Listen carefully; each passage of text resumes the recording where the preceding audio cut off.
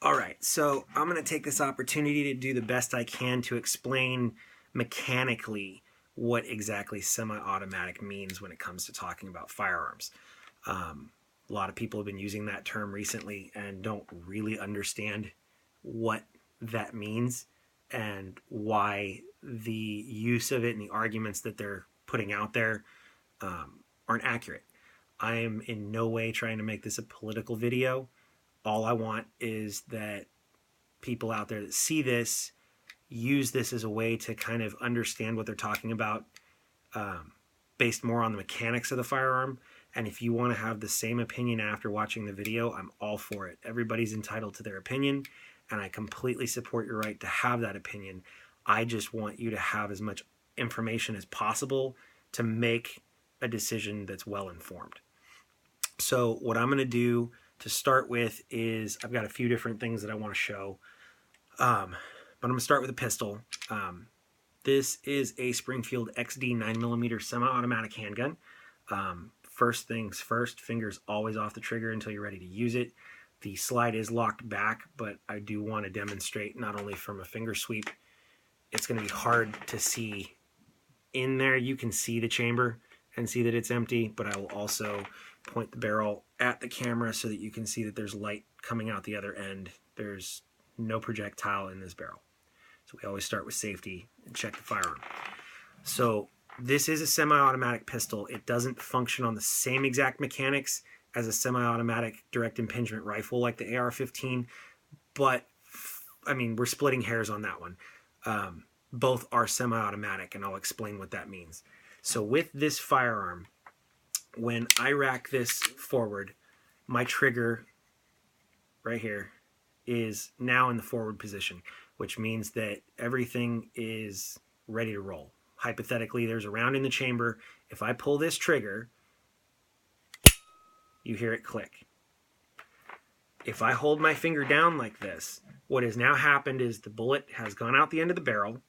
This slide will have come back, ejected the spent casing, and then slid back forward. What it does in the process of sliding forward is it picks up the next round that's inside the magazine well down here, and it loads that next bullet into the chamber. If I hold my finger down on this trigger like I am, nothing else will happen. Just the first round was fired, and the gun is cycled and loaded the next round. That's exactly what semi-automatic means, is that the gun has cycled itself, expended the cartridge out through the port here, and I'll demonstrate that in a second.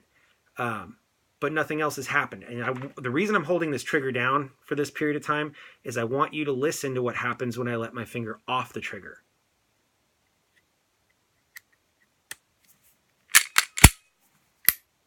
You'll hear it click when I let go.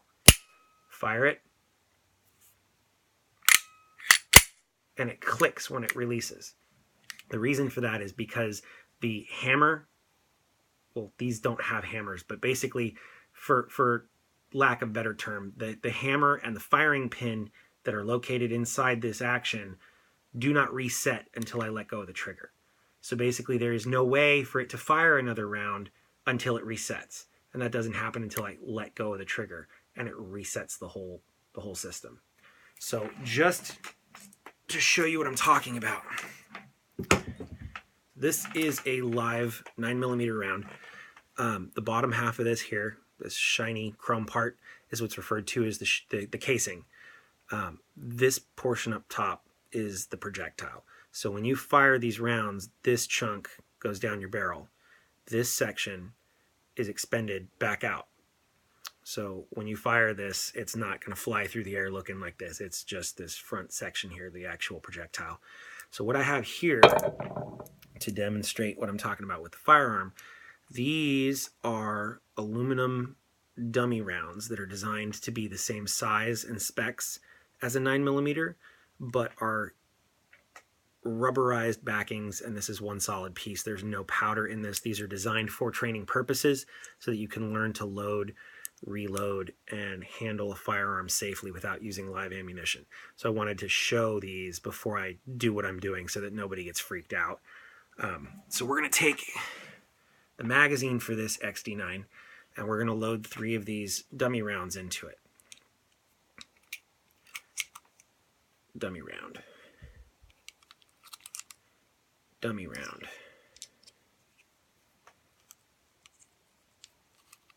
dummy round. I just want to be completely clear. These are the dummy rounds. We are not loading our live ammunition. So now that we have loaded our magazine with our dummy rounds, we're going to insert the magazine into the bottom of the firearm. We are going to rack. I'm going to turn it this way so you can kind of see what's going on in the action as I go. So when we rack our slide, you can see how the magazine sits in the action of the gun just lower than the slide. So that's your first live round. When I let this go, it's going to come forward and you'll see how that round is fed into the action of the gun. So we now have a live round in the chamber. When I fire this action, pull the trigger, that firing pin that's in there hits the back of the cartridge, which ignites the powder inside, detonates, and that's what forces the bullet out the end of the barrel. Comes out there. When that happens, the way that the system works in this semi-automatic pistol is based on physics. So for every action, there is an equal opposite reaction. And what that means is when I pull this trigger, that explosion that forces the bullet out the end of the barrel, you're going to have the same amount of force coming back this way. That force coming back towards your hand is what people refer to as felt recoil. When you feel the gun kick, that is the equal opposite reaction to the bullet going out the end of the barrel. So when your hand is the stationary that is holding this gun in place and you have a force that's forcing back, it's going to cause inertia, which is going to slide back the slide. You'll notice that as it slides back, there's a piece called an extractor that catches the back end of that cartridge that was in the chamber. So as it comes back, it will catch and kick that out. Now what it does is it'll slide forward and again feed the next round into the chamber.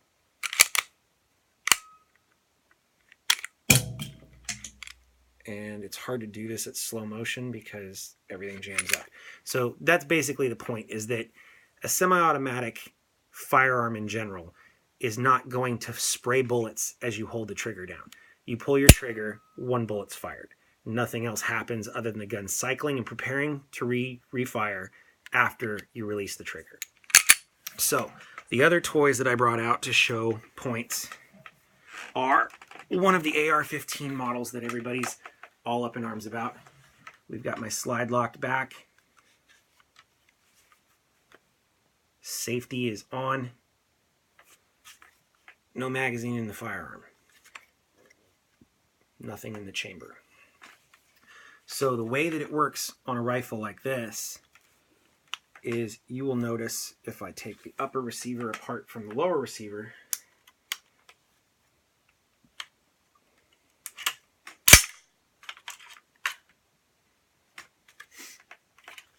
you have your trigger control group and hammer in the lower half.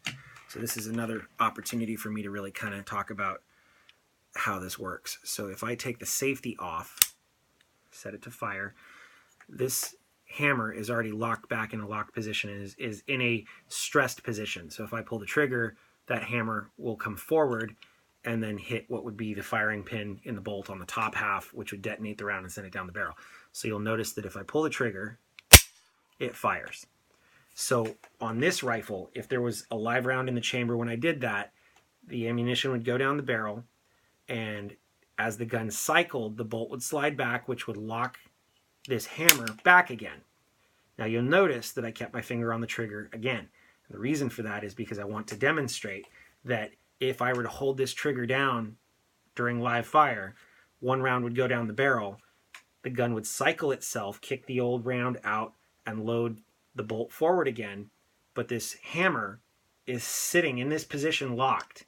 It wouldn't come forward again and fire another round. If I let go of this trigger, you'll hear this hammer and physically see this hammer reset. Again, now ready for me to pull the trigger a second time and fire another individual round. And as I do that, I hold the trigger down, the gun resets, recycles, and again, nothing happens until I let that trigger go, and the hammer again resets. A fully automatic firearm would have more parts in here, but basically what would happen is I'd pull the trigger and this would just keep going until the gun is out of ammunition. That doesn't happen with a semi-automatic.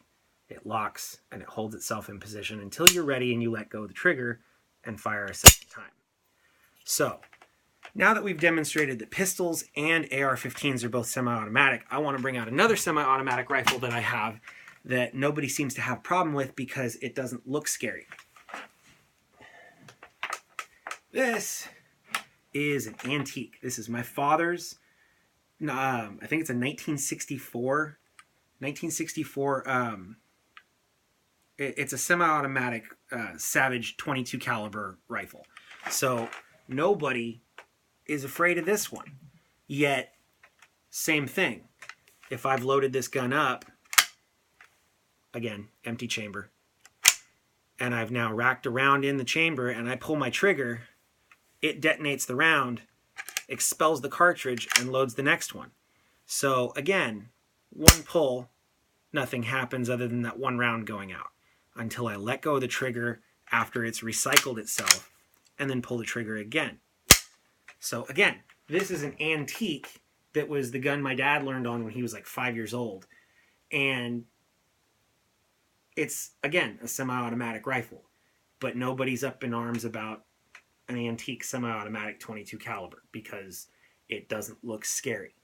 But again, this gun, the AR-15, the handgun that I showed, they're all semi-automatic. So when you talk about every mass shooting in the past 20, 30 years being a semi-automatic, that's because in the firearms market, semi-automatic firearms are like 95% of the market. And it's just misusing a term that basically describes the mechanical function of the firearm as a term for a specific type of firearm. So it doesn't work. Again, I understand people's concerns with the AR-15. The reason that it's used in most of these kind of situations is because it is the most popular and most readily accessible firearm in the United States. It's a great sporting rifle, and a lot of people love it. A lot of people have it. And because of that, it's going to be more prevalent.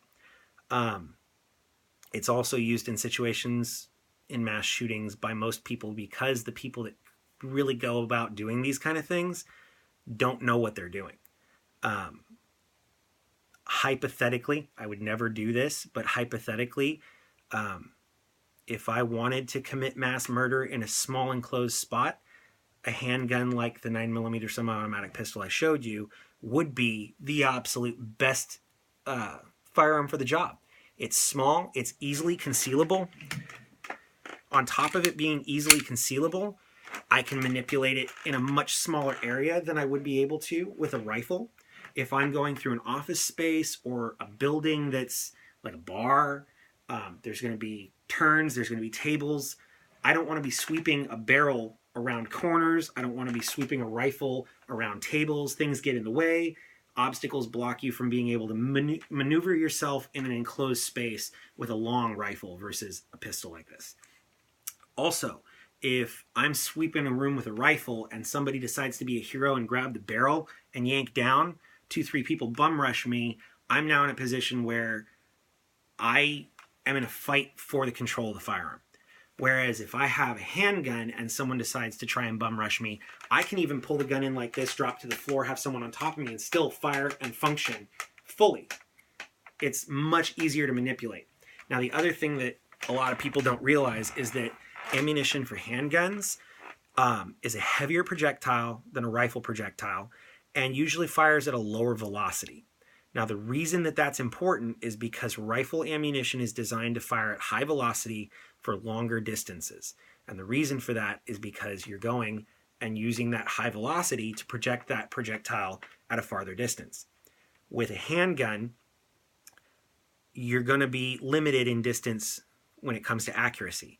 Now, the reason that's important is because most mass shootings happen in enclosed environments or an area where you're not going to be firing more than, point blank from here to the camera to maybe 20 yards, which really isn't that far.